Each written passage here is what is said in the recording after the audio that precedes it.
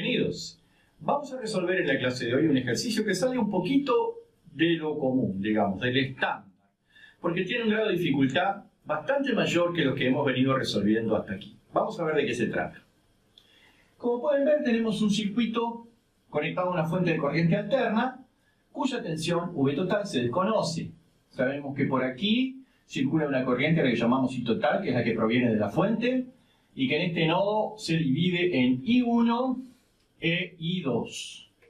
A su vez aquí, en esta rama por donde circula I1, se divide en dos ramas. Una de ellas tiene una resistencia y la otra una reactancia inductiva. ¿Qué es lo que tenemos como datos? Las intensidades. Conocemos la intensidad I1, 18 amperes, o sea la que viene por aquí. I2, 15 amperes, la que pasa por la resistencia de 4 ohmios. Y total 30 amperes, la que proviene de la fuente. Y se nos pide calcular R y XL. Bueno, vamos entonces a comenzar con la resolución del ejercicio. En primer lugar, se me ocurre calcular la tensión.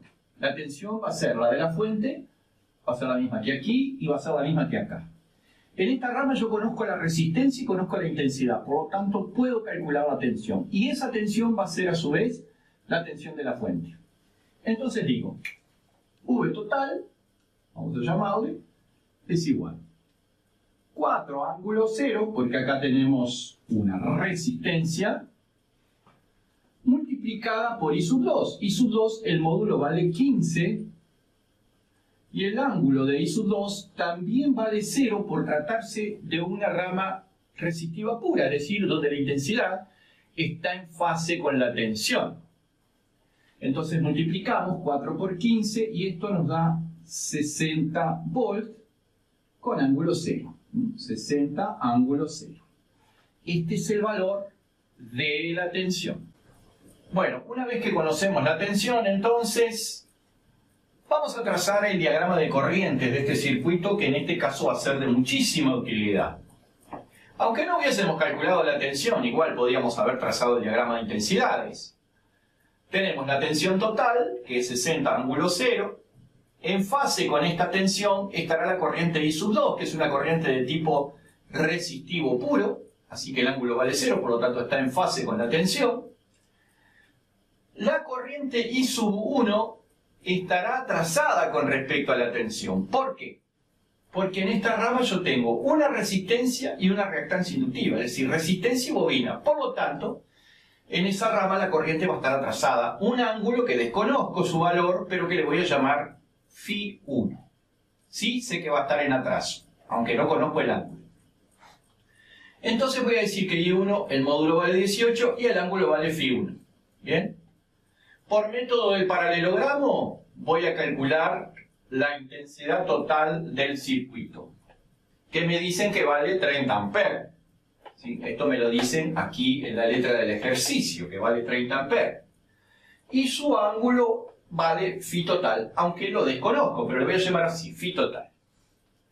Fíjense que este ángulo es Φ sub 1, lo mismo que este otro, porque estas dos líneas son paralelas, por lo tanto el mismo ángulo que forma esta línea con el eje de abscisas es el que forma esta otra, que es paralela a ella, con el mismo eje de abscisa. O sea que si acá tenemos Φ1, aquí también tenemos Φ1. A este ángulo le voy a llamar alfa.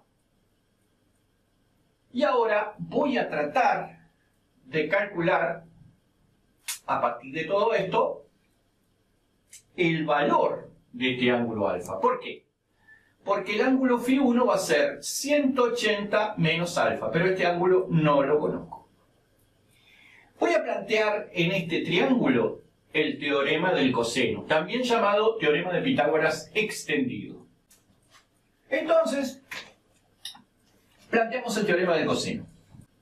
El lado opuesto al ángulo alfa es I total. O sea que I total al cuadrado va a ser igual la suma de los cuadrados de los otros dos lados del triángulo, es decir, I1 cuadrado más I2 al cuadrado menos el doble producto de estos dos lados, o sea, 2 por I1 por I2 por el coseno del ángulo que forman esos dos lados. Este es el teorema del coseno, también llamado teorema de Pitágoras extendido, donde yo puedo calcular un lado de un triángulo, que evidentemente no es un triángulo rectángulo, planteando que I total al cuadrado, en este caso, el lado opuesto al ángulo alfa, es igual a la suma de los cuadrados de los otros dos lados menos el doble producto entre esos dos lados por el coseno del ángulo que forman, que es, en este caso, alfa. Pasamos este término, menos 2 y 1 y 2 coseno de alfa, para el otro lado del signo de igual. Y el I total también lo pasamos para el otro lado del signo de igual. Entonces, ¿qué nos queda? Nos queda 2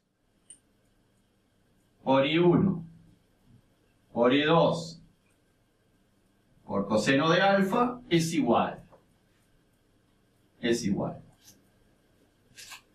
I1 al cuadrado más I2 al cuadrado menos I total al cuadrado. Porque este I total estaba positivo aquí, pasa negativo para el otro lado. Y este menos 2 y 1 y 2 coseno de alfa estaba negativo, pasa positivo para este lado. Y ahora voy a dejar el coseno de alfa solito de este lado del signo de igual. Todo esto yo lo conozco. I1, I2 e I total son valores conocidos porque me los dan como datos en la letra del ejercicio. Entonces vamos a reemplazar las letras por números. Coseno de alfa es igual. I1 son 18 amperes. 18 al cuadrado. Más I2 son 15 amperes al cuadrado. Menos I total, que vale 30 al cuadrado. ¿Bien?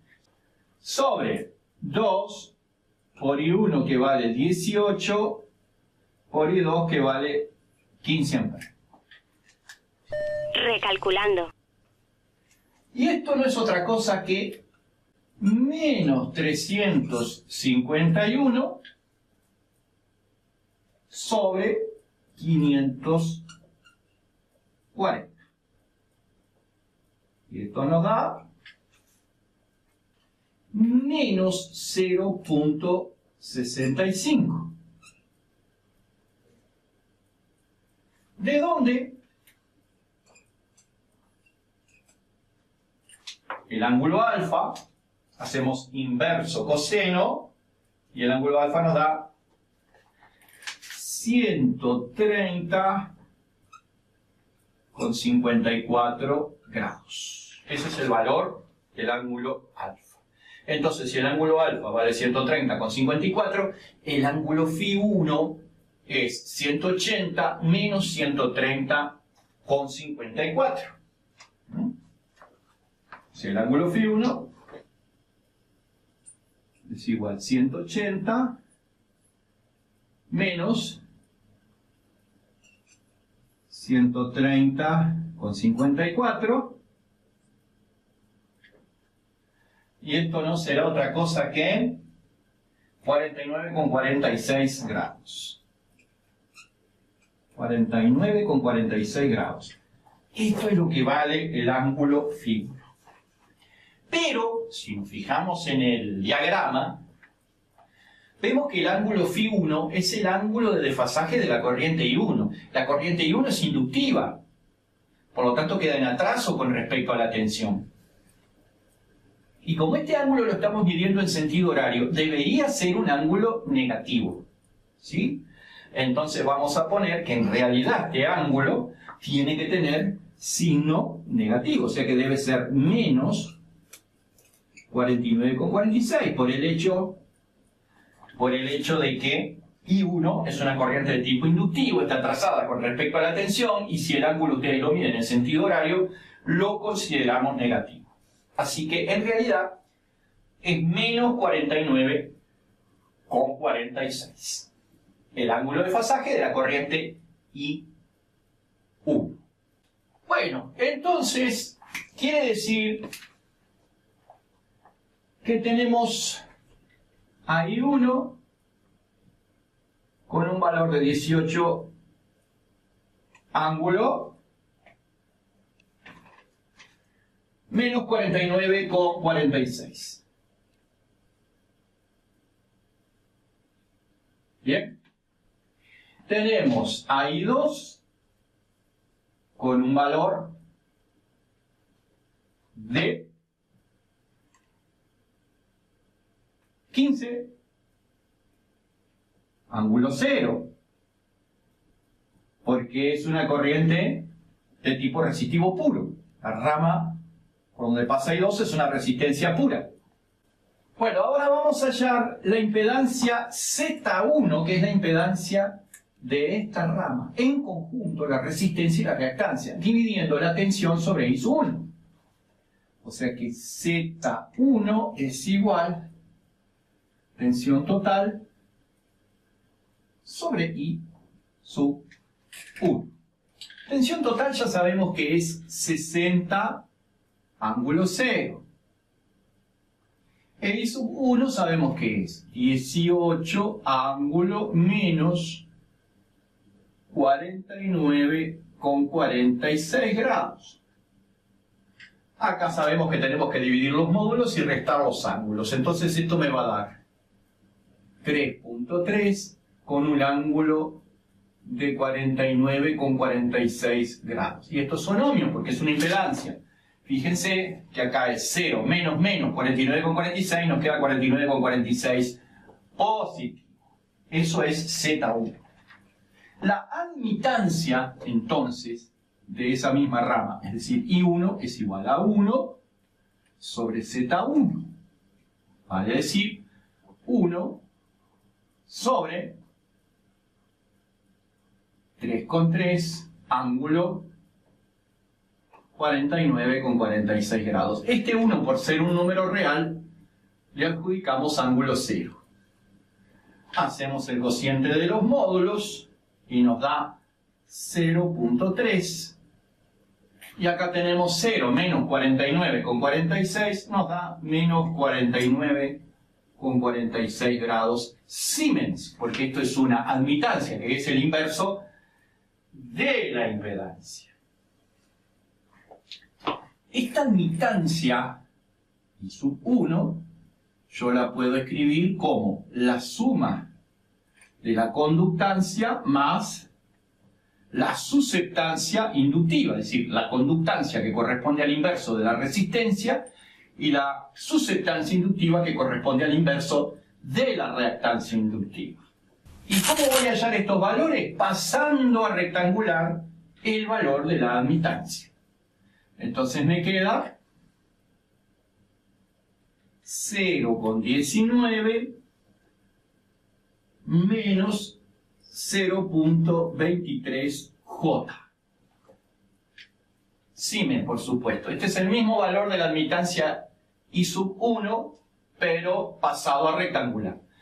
Esta es la admitancia, la parte real es la conductancia y la parte imaginaria es la susceptancia inductiva, en este caso. Entonces ahora la resistencia será el inverso de la conductancia. Al número 1, que es un número real, le ponemos ángulo 0. Y al valor de la conductancia, que es un número real también, le ponemos ángulo 0. Entonces esto nos va a dar 5,26 ángulo 0 grado ohmios. Este es el valor de la resistencia. Y el valor de la inductancia XL, aquí en esta rama, será el inverso de la susceptancia inductiva. O sea, 1 sobre 0,23 menos 0,23J. Menos 0,23J lo podemos escribir como 0,23 ángulo menos 90. Y el 1, como es un número real, le ponemos ángulo 0. Entonces esto nos va a dar 4,35 ángulo 90 grados ohmios. 0 menos 90 es 90 positivo.